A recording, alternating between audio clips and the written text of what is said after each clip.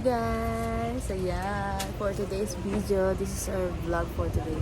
Ang vlog natin ngayon, paulit-ulit. Ayan ang vlog natin ngayon, ayan, marami sa inyo siyempre nahihiwagaan kung saan kami nagluluto. So, mamaya, ipapakita ko po sa inyo yung aming kitchen area dito sa evacuation center. And for now, papakita ko muna sa inyo kung anong lulutuin ng mama ko. Ang lulutuin niya ngayon ay, ito guys, ayan, manok. Manok, tapos may papaya, tapos may ginataan.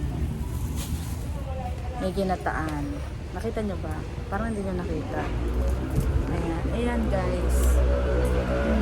Manok, may ginataan, may magaganataang manok siya. So, ayun, it's ano na, 4:30. 30 ba? 4:30. And meron na naman tayo dito ang lumpiang toge na binili sa labas. Ayan. So, mamaya ulit, papakita natin yung lutuan ng mama ko doon sa level 1. Guys, okay na yung mga ano.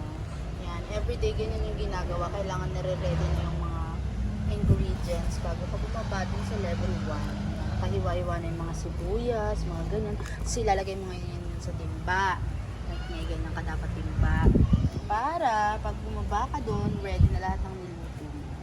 Diba? Yes. Tapos, tama na. Tapos tama na. Pwede na siya magluto. Ayan, may mais pa dito. Ayan, thank you Lord sa mga blessings ng mga foods and everything. Kasi rola lalagyan natin and everything. Ayan, kailangan naka-ready na talaga yung mga ingredients. Diba? Bongga. So ngayon, tatapon muna ako ng basura. Basura.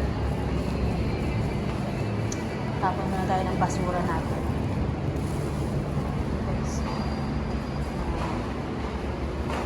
Tapon muna natin ng basura.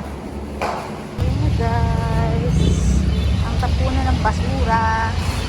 Ano dyan? So guys, nandito ako sa elevator. Elevator tayo kasi sa ating tuhod ko. Guys, ihahatid na natin ito. Ang ating ingredients. Biliban ako. Napasan ako ng elevator, guys. Okay. Tapos nabili ito, guys.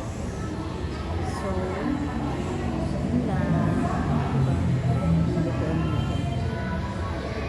So, yun ang standard. Kailangan daw gasol para safe.